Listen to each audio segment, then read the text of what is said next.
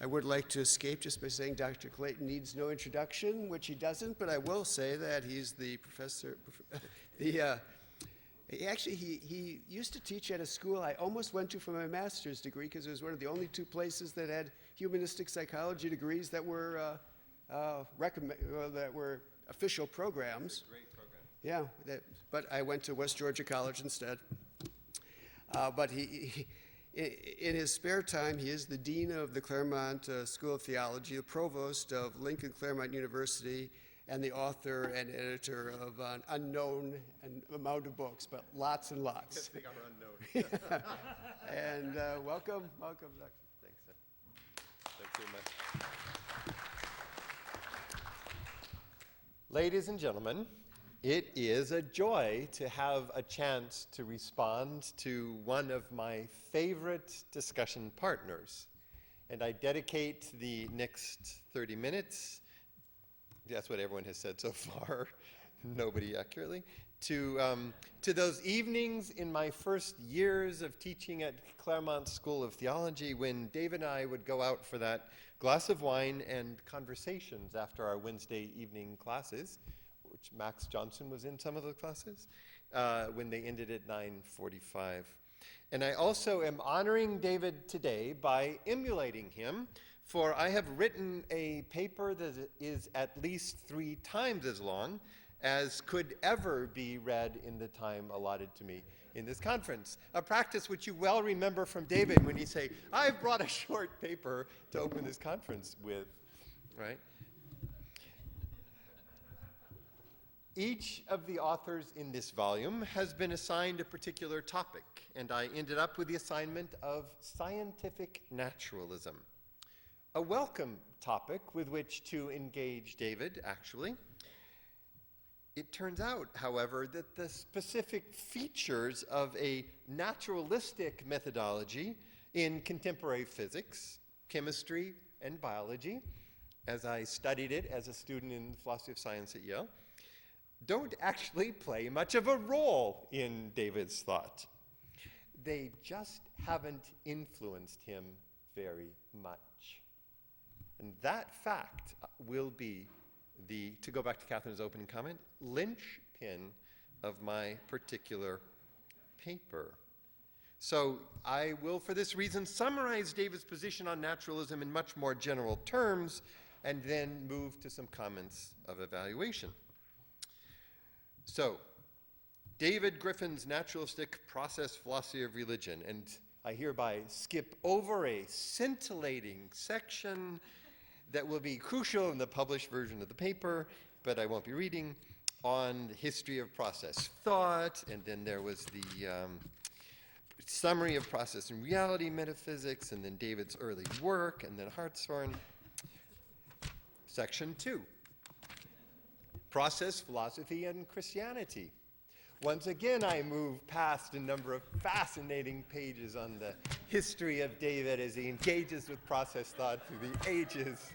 I'm sure definitely a privilege to encounter, but let me pull out one section from these many brilliantly written pages. I want to talk about David's conversation with open theism, because I actually will find some important parallels between what occurred there and what I will be arguing about David's position on naturalism. A number of people recognize rich conceptual overlaps between process theology and open theism or free will theism starting in the 1990s, about 94 and 95. And those overlaps, in my view, have spawned significant new work in philosophical theology. Exchanges between David and William Hasker, for example, both open and close the Cobb and Pinnock volume on free will theism, published in 2000. And this dialogue has been carrying on today by Tom Ord, who was whose student? I think he was mine. That would be accurate. Whose work seeks to integrate process philosophy and orthodox Christian thought. I find these interactions to be amazingly fruitful. to those of you who've attended the sessions of the Open and Relational Theology section at the AAR have noticed there are sometimes 500 people in these sessions. It's the closest they'll ever come to process thought, but through the hook of free will theism, it has led to, I think, some deep philosophical and theological engagement. This partnership between open theists and process thinkers reflects, to my mind, the sense that there's significant common ground between the Whiteheadian view of God and the understanding of God in the biblical documents. Both open theists and process thinkers challenge the idea of a God of unlimited power whose preordination of all events and predestination of all souls make it difficult to defend a robust notion of human self-determination. They make human existence appear more like a puppet show. Both groups can appeal to some common Christological statements, like Hartshorne's in 1953, quote, "To say that Jesus was God ought to mean that God himself is one with us in our suffering, that divine love is not essentially benevolence, external well-wishing, but sympathy, taking into itself our every grief." Ladies and gentlemen, I suggest this is an example of a progressive research program. The grappling between free will theism from within Christian theological camps and process thought, and that David was an important participant in that debate.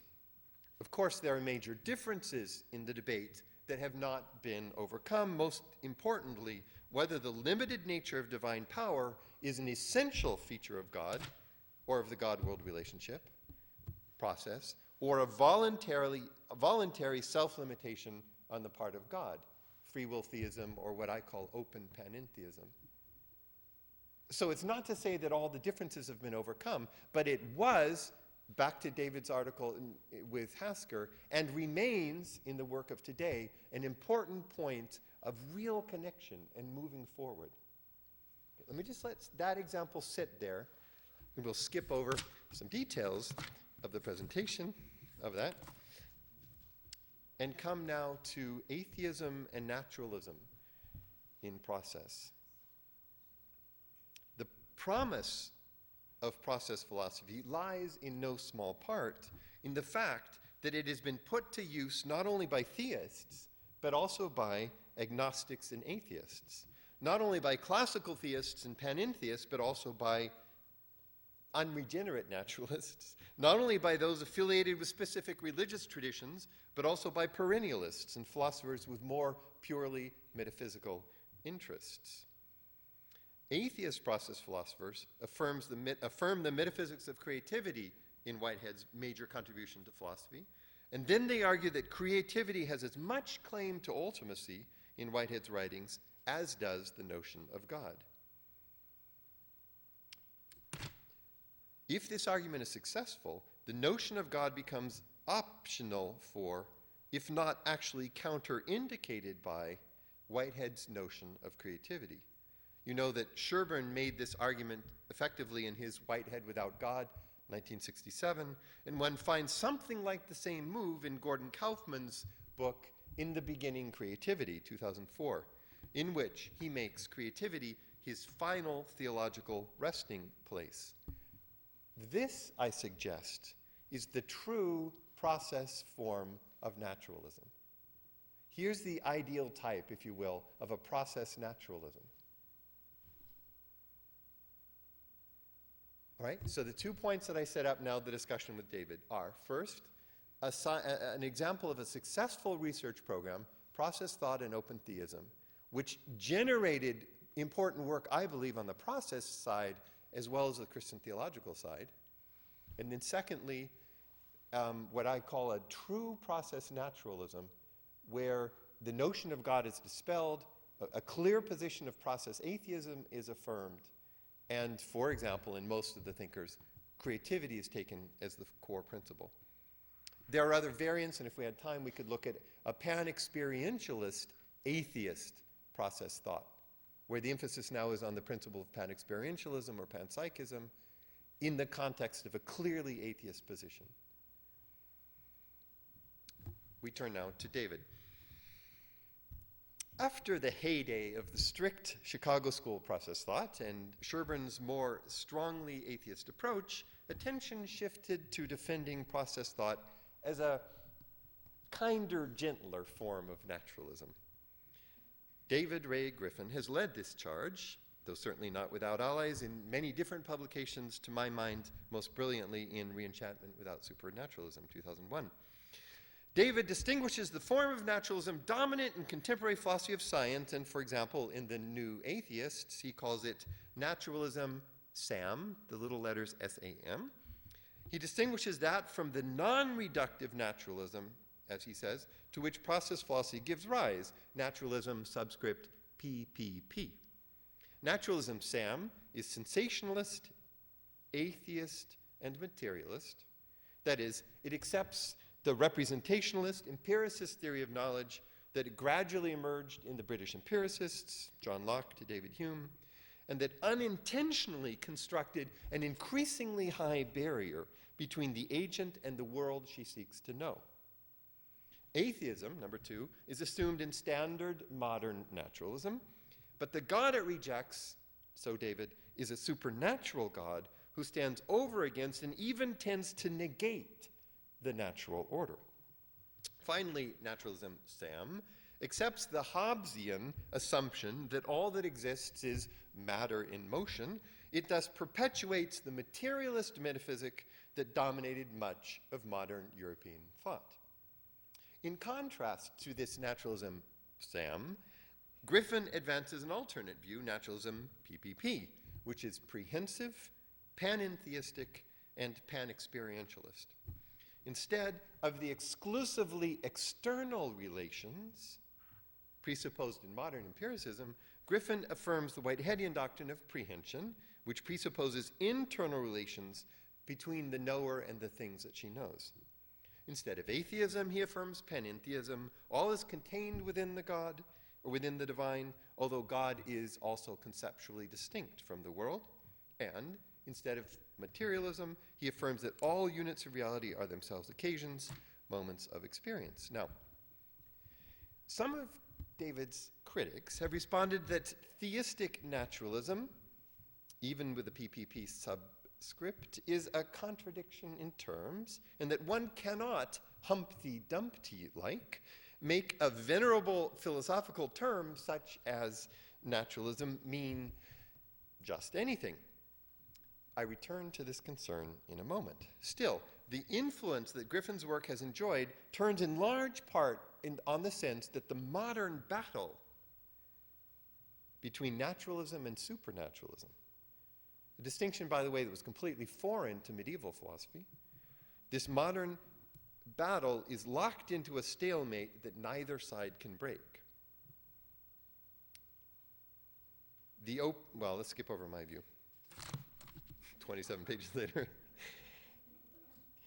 Incidentally, and this is an important angle on this discussion I won't be able to go into deeper here, the naturalism-supernaturalism distinction is also left behind in the recent work led by our own Catherine Keller and Roland Faber, which seeks to synthesize process philosophy with contemporary French post-structuralist thought, especially Derrida and Deleuze.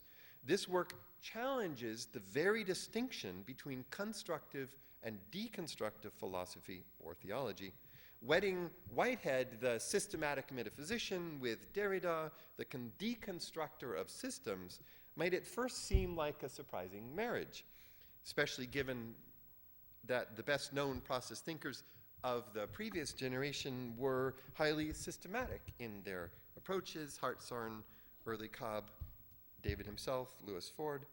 Yet Whitehead's late work in particular offers strong evidence that he placed process over systematicity, and the work by Catherine and Roland may well represent the most philosophically sophisticated work in process studies published in recent years.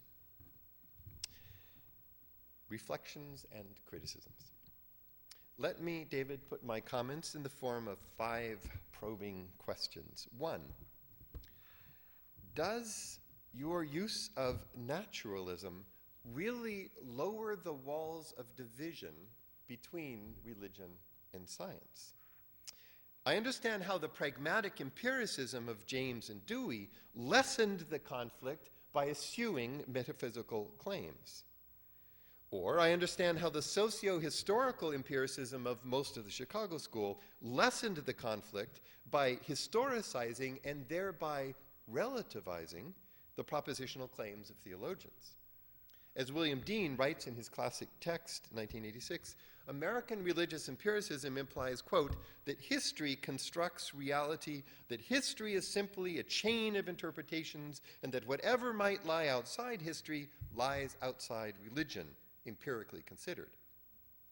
But I don't believe that you, David, would accept any of these three claims. And Gary Dorian has written also extensively about this, and one could follow through his treatment of that strand of modern liberalism and contrast it with David's claims. Now, I also understand how a focus on religion as a set of guiding value claims would reduce the conflict. This is the path of Harry Nelson Wyman's religious naturalism. Quote, it's impossible to gain knowledge of the total cosmos or to have any understanding of the infinity transcending the cosmos. Consequently, beliefs about these matters are illusions, etc. A few decades later, by the way, another theologian of the Chicago School would likewise replace metaphysics with ethics. I'm thinking, of course, of Jean-Luc Marion and God Without Being, 1983. But that also is clearly not the path that David has followed. Finally, I can understand how the turn to a purely aesthetic theology or an apophatic theology or particular forms of post-structuralist theology, say Jack Caputo, can tear down the dividing walls. But David has embraced Hartsonian rationalism rather than one of those three approaches. How does that move reduce the tensions with contemporary intellectual culture in ways that are analogous to what these three thinkers and schools have done? 2, perhaps the major growth area in the scientific study of religion in recent years is the cognitive science of religion, CSR.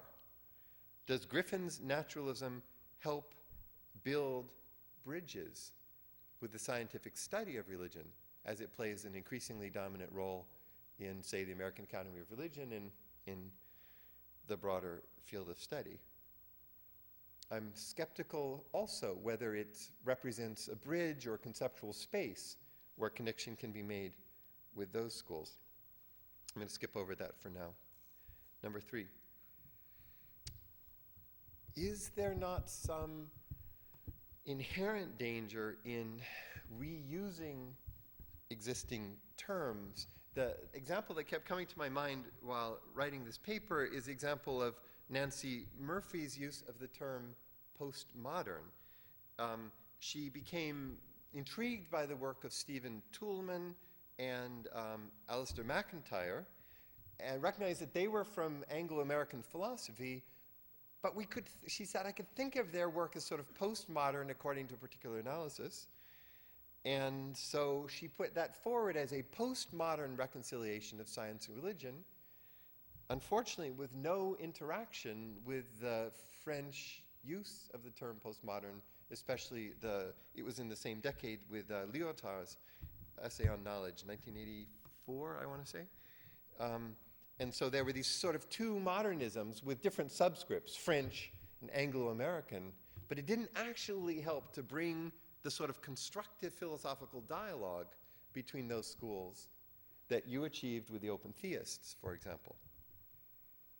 So there I began to have some anxiety about missing each other. 4th, David, do you understand naturalism to mean the same thing as the many Chinese scholars who use the term, reading or translating your writings? One could ask the same question about the term constructive postmodernism. So I asked Zhehe how to pronounce constructive postmodernism in Chinese, and realized that I would embarrass myself and all Chinese in the world so badly by trying to say it. So Zhehe, tell me again, constructive postmodernism in Chinese. There you have it. Okay? That's it. So I bring extensive anecdotal evidence that there's a major semantic gap here when, not only a linguistic gap, I mean semantic gap here, where you have conversations with Chinese scholars where you're talking about what constructive postmodernism means, and you suddenly realize from how it's being used or how it's functioning in the dialogue that what you think you mean and what they are meaning are in two different planes, semantically, not only linguistically. David's naturalism leaves a place for the pervasive influence of the Whiteheadian God, as it must, hence PPP, panentheism.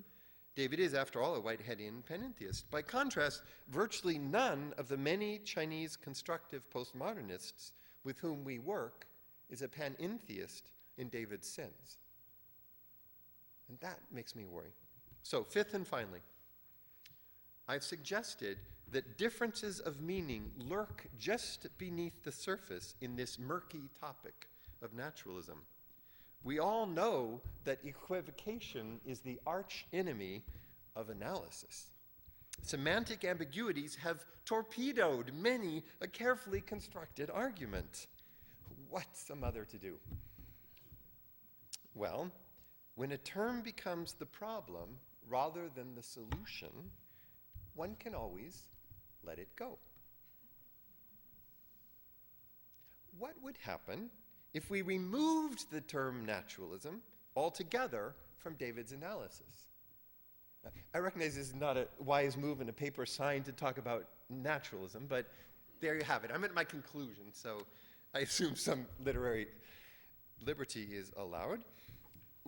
If you remove the term naturalism altogether from David's analysis, what remains is the contrast between David's two subscripts, Sam and PPP. Ah, interesting. We now focus, without this obscuring, confusing term, on the battle between sensationalist atheist materialism on the one hand and prehensive panentheistic panexperientialism on the other hand, right? And, ladies and gentlemen, here is a battle of the titans. Indeed. Perhaps, quite literally, the battle of the century. This new confrontation is no less a battle to the death than the battle between naturalism and supernaturalism that preceded it, I suggest. For Sam and PPP share virtually no common ground. Do you see what emerges when you cross off the natural? It was like doing those fractions in high school or elementary school or wherever you... There we go, algebra, thanks, I appreciate that. Ladies and gentlemen, read David carefully. The two combatants that he's identified are just as diametrically opposed as were their predecessors. Indeed, now there are not one, but three fundamental oppositions, for each of the three letters abbreviates its own battle. S versus P, A versus P, M versus P. Or, to paraphrase Tertullian, what has sensationalism to do with an epistemology of prehension, atheism to do with panentheism, or materialism to do with panexperientialism? Or Jerusalem with Athens.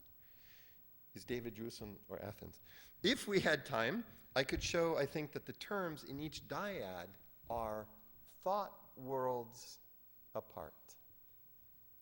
In summary, David rightly recognized that the old battle of naturalism versus supernaturalism is outdated. It rests on that strange category of theism that philosophers in the late 17th century invented in order to save religion from the onslaught of Newton's mechanics and Hobbes' matter in motion. But who wanted that deistic theism anyway, that disappointing deus absconditus, that absentee father landlord? It's not a battle worth fighting. Not only because it's 350 years out of date, but also because, quite frankly, that God is not worth having. Even if he had beat out Newton and Hobbes among the thought leaders of our age, which, as you know, he didn't. Conclusion. As I approach the end of my time, I recognize the fundamental ambiguity in the point we have reached. I want to name it now in closing. We have found that the contrasts between Sam and PPP in David's work are no less stark than the contrasts between naturalism and supernaturalism once were.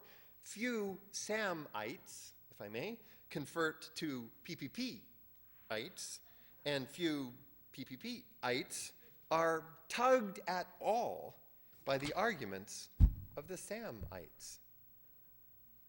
Right? I mean, I've never sat in a process meeting and watched somebody suddenly drop his or her head into the hands and go, oh my God, sensationalism might be right. Atheism is drawing at me, you know? It doesn't happen. Well, sometimes conversions happen the other way, but I think it's John's hospitality and David's keen wit and the food of Claremont School of Theology. Anyway, there are very few conversions take place. Now, many in this room will feel no conflict or disappointment at all when hearing that fact. After all, isn't it our goal as process thinkers to develop an alternative worldview, as we like to say on our sign, relational worldview for the common good? Mustn't we challenge that dehumanizing reductionism that rules in scientific circles? And isn't David our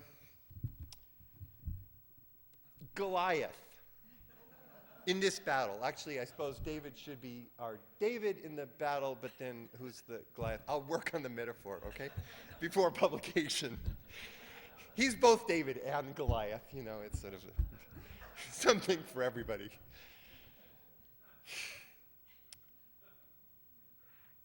Now, so we've found these are clashing worldviews with virtually no common ground. Now, I may be the only co-director at the center, perhaps the only participant in the various conferences at the center over the years, who feels disappointment at this outcome. So I confess this may be a very unique response, but I do have 2 minutes and 30 seconds left. At our various conferences, our stance toward the mainline science of our day, and hence toward most contemporary scientists, has usually been negative, if not dismissive. Here and there, we could always find allies within the sciences, of course, but generally we've couched the process proposals as contrasts, often as sharp contrasts, to the science of the vast majority of scientists of our day. I've been trying since about 4 this morning to locate the source of my dis-ease with this approach, and with the new battle of the naturalisms, Sam versus PPP. I want to do a version of it for Worldwide Wrestling. I now recognize its source. The source of the dis-ease is this. My deepest philosophical commitment, I think, is to Peirce's dialogical vision for philosophy. As you know, Peirce linked success in philosophy and even truth with consensus among informed dialogue partners over the long term. When one loses contact with those who hold opposing positions, one also loses the ability to assess the strength of one's own arguments. It becomes tennis without a net. In this respect, I confess, I am a Peircean before I am anything else in philosophy. Theologians have usually been committed to explicating the core beliefs of their particular tradition, but philosophers are, supposedly, motivated by the naked pursuit of truth, unencumbered by anything other than the best reasoning they can muster and an undying passion to know what is the case. Thus, if you're a Peircean like me, you feel discomfort whenever you encounter firm walls of opposition surrounding warring camps, with nothing but no man's land lying between them. You walk the desolate landscape like Max von Sydow in Ingmar Bergman's Seventh Seal, looking for realms without walls, places where the plague hasn't hit, right? realms without walls where discussion partners find genuine conceptual contact across difference. I recall the debates of the last decades, each one at first looking so promising and then ending once again with a circling of the wagons. The Christian philosophy movement, first presented as an engagement of Christianity with contemporary culture, devolving into the smugness of Alvin Plantinga, the Notre Dame School, and the journal Faith and Philosophy. The metaphysical debates of the American Catholic Philosophical Society, which became exercises in Thomist scholastics for aging faculty at Catholic schools. The Hegelian Renaissance in Germany in the 1980s, which gradually became, again, scholastic commentaries on philosophical minutiae, as in the late work of Dieter Henrich, and most unfortunately, the early science and religion debate, which moved from a period of genuine transformation on both sides to the current standoff between the new atheists and intelligent design theorists. Now the Templeton Foundation funds Biola, the Bible Institute of Los Angeles, at the multi-million-dollar level and has no grants at UCLA or UC San Diego. So I close then in the hope of creating some level of sacred restlessness in you, David, in the other speakers, and in the august members of this audience. Consider the Chicago School example I gave earlier, recalling the many variants of naturalized religion that were developed there, which have helped to change the face of liberal religion in the American public square. Consider the exciting philosophical renaissance that's occurring even now in China. Neo-Marxists developing Marxism for a postmodern context. Science and religion discussions that draw deeply on distinctively Chinese wisdom traditions, Confucian, Taoist, and Buddhist sources. And most importantly of all, I believe, Chinese eco-philosophers who are integrating Whitehead with Chinese traditions to lay the foundations of an ecological civilization for a postmodern world. In each of these cases, old walls are coming down and new alliances are being built. Indeed, consider David's own God, Power, and Evil, a process theodicy. That book had the impact it did because it established a link in particular with Christians and Jews who were struggling with an unanswerable problem of evil. David's more adequate model of God allowed them to solve an inconsistency in their own position while remaining Christian or Jewish in thought and practice. The genius of that book is that it succeeded in making contact. Sam and PPP seemed to make contact because both are labeled naturalism and both reject the old supernaturalism. But as we have seen, they do not succeed actually in making contact in the same way.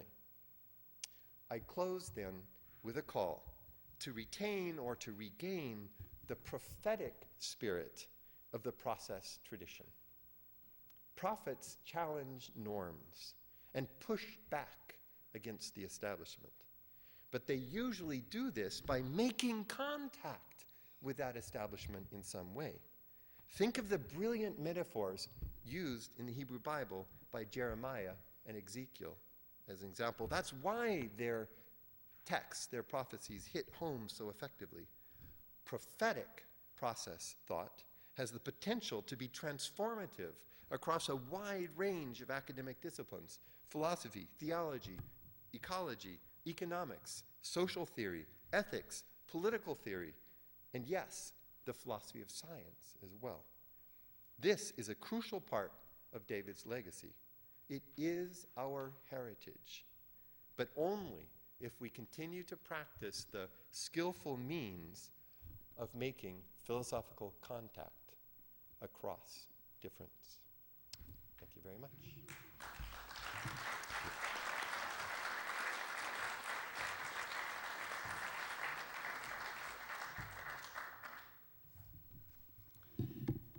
Thank you very much, Philip. You actually left me with nothing to say. I agreed with everything you said, or maybe I misunderstood. I have to correct you on one thing to begin with. When we used to go downtown to have a drink, do you remember there were peanuts on the floor? We were drinking beer while we were eating peanuts, not wine. Missed the crucial datum. As much, I always drink wine, but with Philip, well, I had to drink beer. So there you go. I was making contact across the heaven.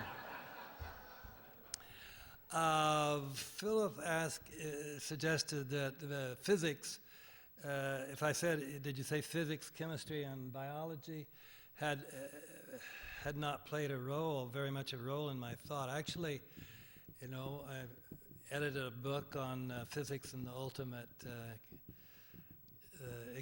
significance of time in physics. That was a whole book.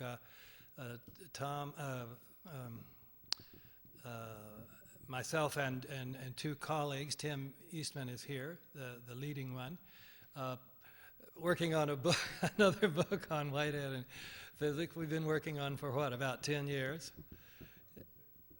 At least 6, yeah.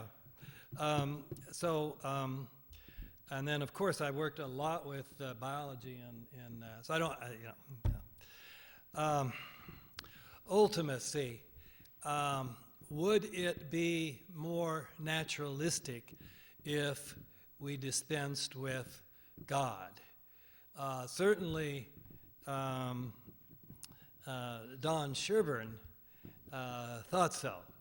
And by the way, this was another of my ping-pong partners when we were co-editing Process and Reality. I went back to his place in Vermont. And so at the end of the day, we played ping pong. So he's a very good friend, but we did not see eye to eye on this issue. I reject the view, however, that Whitehead without God is more naturalistic. Now, of course, many people have thought that. When we were trying to do a conference on Whitehead and aesthetics, we wanted Suzanne Langer to come because she had been a student of Whitehead's, and her first great book, Philosophy in a New Key, was dedicated to Whitehead. She says, the teacher of us all, or something like that. So I thought, well, she'll be happy to come to this conference. And she says, no. Partly because she had her own work to get finished, and that's certainly understandable. But the other reason was, she said, I gave up on Whitehead. And I was on the phone. I said, well, why? And she said, well, I gave up when he announced that that he believed in God. And you know what Whitehead, when he said in the early stages there, it was nothing supernatural about God at all. But the very fact that he used the word, many people then left him. He was part of a naturalist movement, very vital. But the very fact that he used the word God meant he was no longer a naturalist. So that is a wide thought, and it's a linguistic battle that still needs to be fought. Now, it depends, of course, how you define naturalism. If one defines naturalism by, say, there's nothing but finite actual entities, well then, of course,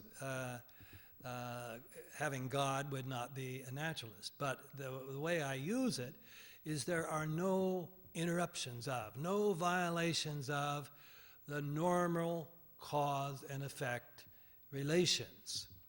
And Whitehead meant God not to be an exception to the metaphysical principles.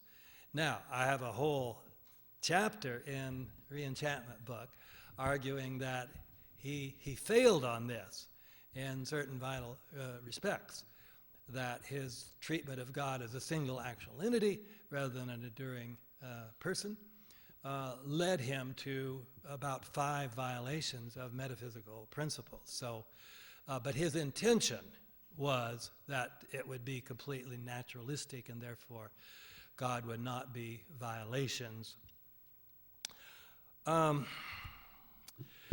With regard to mainline scientists, I made a list here of the scientists that we've had success with. Look at David Bohm. Look at Isabel Stingers, who we encountered as the assistant of Prigogine, chemist. So I had a little chemistry in here. And most recently, Lynn Margulis. Tragically, she died a few months ago. At the age of 72. She's a kid. She was a kid. Well, what we did, we hadn't realized. We knew there was infinity with us, but John invited her to a conference on evolution. And we learned while she was here that, of course, cells have, and she used consciousness, but I think she used the term conscious in the way we use experience. So all cells, even the most primitive, bacteria, for example, are conscious.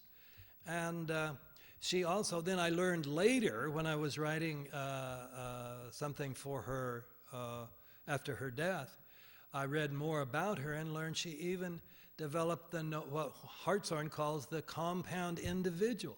In fact, her great discovery, in which even Richard Dawkins says she made the greatest discovery in evolutionary theory in the 20th century. Well, this is essentially the notion of compound individuals, that our kind of cells are compounded out of simpler cells. And she was ridiculed on that for many, many years. So my point is that we have had a lot of scientists here, mainstream scientists, that we've not had much success with. And I think this is the answer. We only will have success with people who go beyond the mainline consensus. And we're not going to convince them and not persuade them. Very seldom, if we are. Maybe John might think of an example too.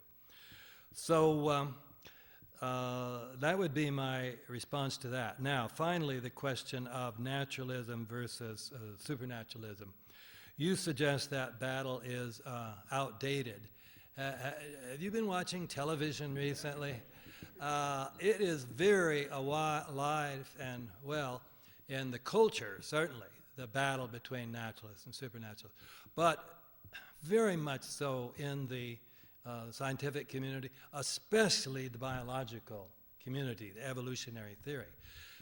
Everything they do, I mean, we had,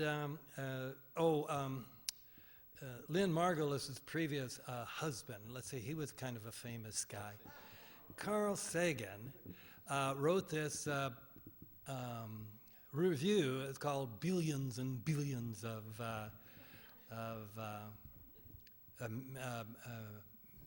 Demons. I guess it was demons, huh? Lewontin wrote a review of this and said, well, you know, it's not as easy to just dismiss all these arguments against our mainline view of evolutionary theory. I mean, look at this and this and this and this. There are all these things that we cannot answer. But, he says, we cannot allow God to have a foot in the door. Because if you ever allow anything called God in the door, then the gate's open. And you're just going to have miracles all over. And you're not going to have any science anymore. So, I don't think the battle is outdated. So I think that to present a position of science and show that we can take care of the data, not explain, but take account of all the data in a strictly naturalistic view. Naturalistic meaning in the main sense that it's not supernaturalism. There are no violations of the normal causal effects, cause and effect. Oh, by the way, and you just footnote on Darwin, you mentioned deism as if that were a naturalistic view. No, deism is a supernaturalist view. For Darwin himself, God created the world out of nothing, at least in a certain period of his life. Maybe later on, I don't know. Then SAM and PPP. I'm not going to give that up because at a class I taught up in Portland and went up several weekends up there, at the final party at the class, they gave me a big cup, and it has on there naturalism, SAM, and PPP. It was something very funny. I can't quite it now. But when we go out next time to drink beer, I will have you drink from this, and maybe you will imbibe this.